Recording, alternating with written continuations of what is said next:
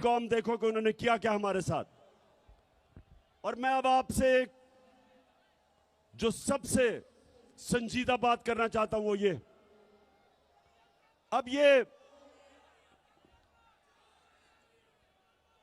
अब ये मुल्क को संभाल नहीं सक रहे। मुल्क के हालात बिगड़ते जा रहे हैं।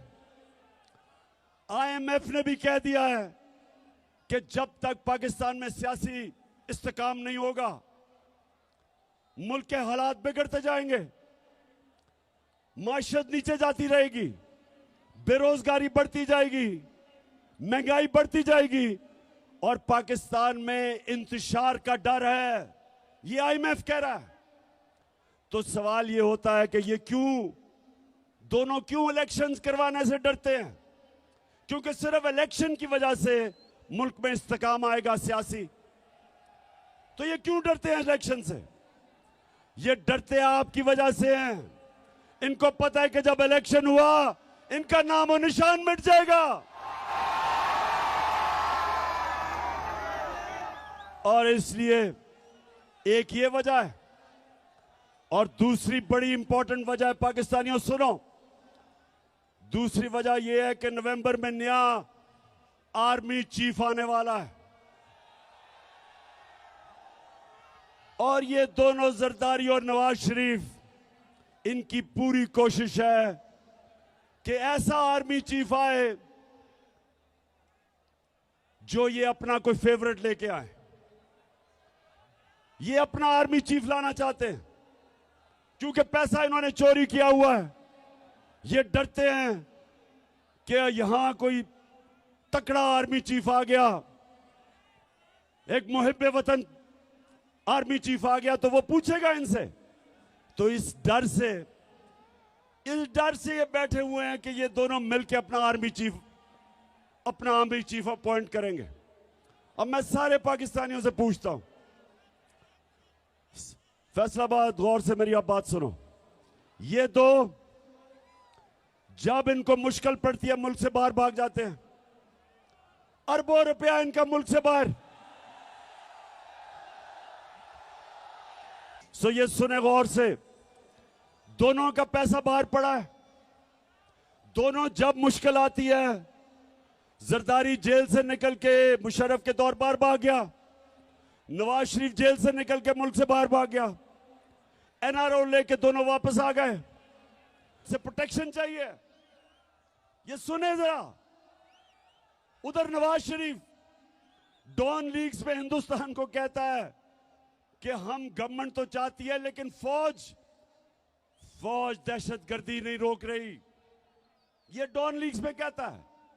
बरकत दत्त को मिलता है, बरकत दत्त लिखती है सार्क कॉन्फ्रेंस काठमांडू में, ये छुप के नरेंद्र मोदी से मिलता है अपनी फौज से डर के। अब ये दो लोग, पैसा इनका बाहर पड़ा, जो वहां की ताकतें जो इनको लेके आई, जिधर इनका पैसा पड़ा, ये उनके गुलाम हैं। तो मेरा सवाल ये है कि क्या आर्मी चीफ उनसे एनओसी लेके बनाएंगे? ये मैं सारी कौम के सामने समझता हूं कि ये सिक्योरिटी रिस्क है। ये दो वो लोग हैं जो मुल्क के गद्दार हैं। पैसा बाहर, इंटरेस्ट बाहर, करप्ट। ये माजी में डॉन लीग्स और मेमोगेट, किसी सूरत इस मुल्क की तकदीर इनके हाथ में नहीं होनी चाहिए। इस मुल्क का आर्मी चीफ मेरिट के ऊपर होना चाहिए। जो सबसे मेरिट पे है उसको आर्मी चीफ बनना चाहिए। किसी की पसंदीदा आर्मी चीफ नहीं होना चाहिए, किसी का फेवरेट नहीं होना चाहिए। तो फैसलाबाद, अब मुझे पता है हिंदुस्तान का मैच शुरू होने लगा और पाकिस्तान का।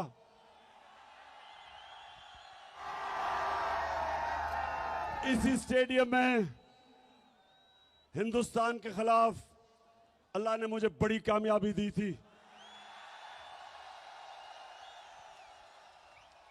आज भी हम सोचते हैं कि हमारी इंशाल्लाह टीम अच्छी करेगी।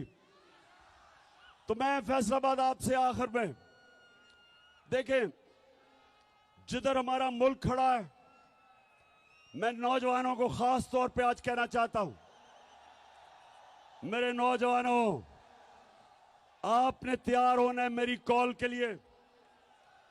इस मुल्क की हकीकी आजादी के लिए आपने मेरे साथ खड़ा होना है। आप सब मुझे बताएं कि क्या जब मैं आपको कॉल दूंगा आप मेरे साथ निकलेंगे? माशाल्लाह और इंशाल्लाह। और मैं अपनी बहनों को भी खास तौर पे, क्योंकि हमारी ख्वातीन भी घरों में इनकलाब आ रहा है। दो तरह के इनकलाब होते हैं फैसलाबाद। एक इनकलाब होता है खूनी इनकलाब, जब ऊपर वो कब्जा कर लेती है एक ऐसी एलीट, एक ऐसा साहिब इक्तदार जो मुल्क का खून चूसते हैं, तो या उनको एक खूनी इनकलाब जो आयतुल्लाह ख़ुमैनी लेके आया था ईरान में, या वो खूनी इनकलाब से जाते हैं और या सारी कौम मिलके इलेक्शन के जरिए इनको खत्म करती है। तो हमने इंशाल्लाह, हमने जिसको सॉफ्ट रेवोल्यूशन कहते हैं, हमने सबने मिलके इस मुल्क में ये जो कब्जा ग्रुप है इसको हटाना है।